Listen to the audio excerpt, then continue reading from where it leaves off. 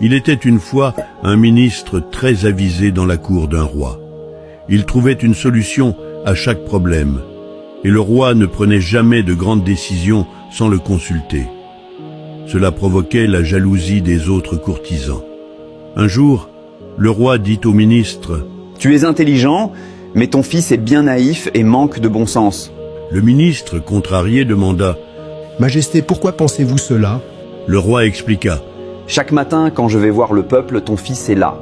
Je lui demande toujours « Qu'est-ce qui vaut le plus, l'or ou l'argent ?» Et chaque fois, il répond « L'argent. » Toute la cour éclata de rire, et le ministre, vexé, rentra chez lui. Il interrogea son fils. « Quel métal a le plus de valeur, l'or ou l'argent ?»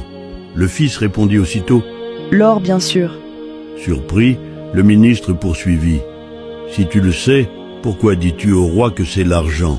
Le fils expliqua: « Chaque matin, le roi place une pièce d'or et une pièce d'argent devant moi et me dit de choisir la plus précieuse.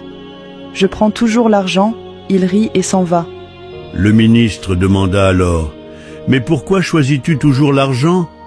Toute la cour s'est moquée de moi aujourd'hui à cause de cela. » Le fils l'emmena dans sa chambre et ouvrit une boîte pleine de pièces d'argent. Étonné, le ministre demanda: « D'où viennent-elles ?» Le fils répondit: « Ce sont celles que le roi me donne.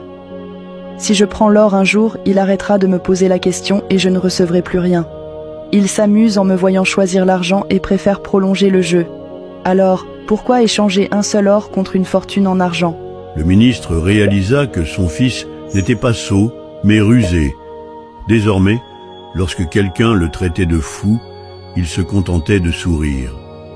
Leçon de l'histoire: certains font peu, mais en parlent beaucoup, tandis que d'autres accomplissent de grandes choses en toute discrétion.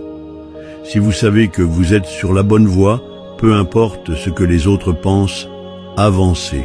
Le monde traite souvent d'idiots ceux qu'il ne comprend pas. Si cette histoire vous a plu, partagez-la. À bientôt pour une nouvelle histoire. Soyez patients, reconnaissants et continuez d'avancer.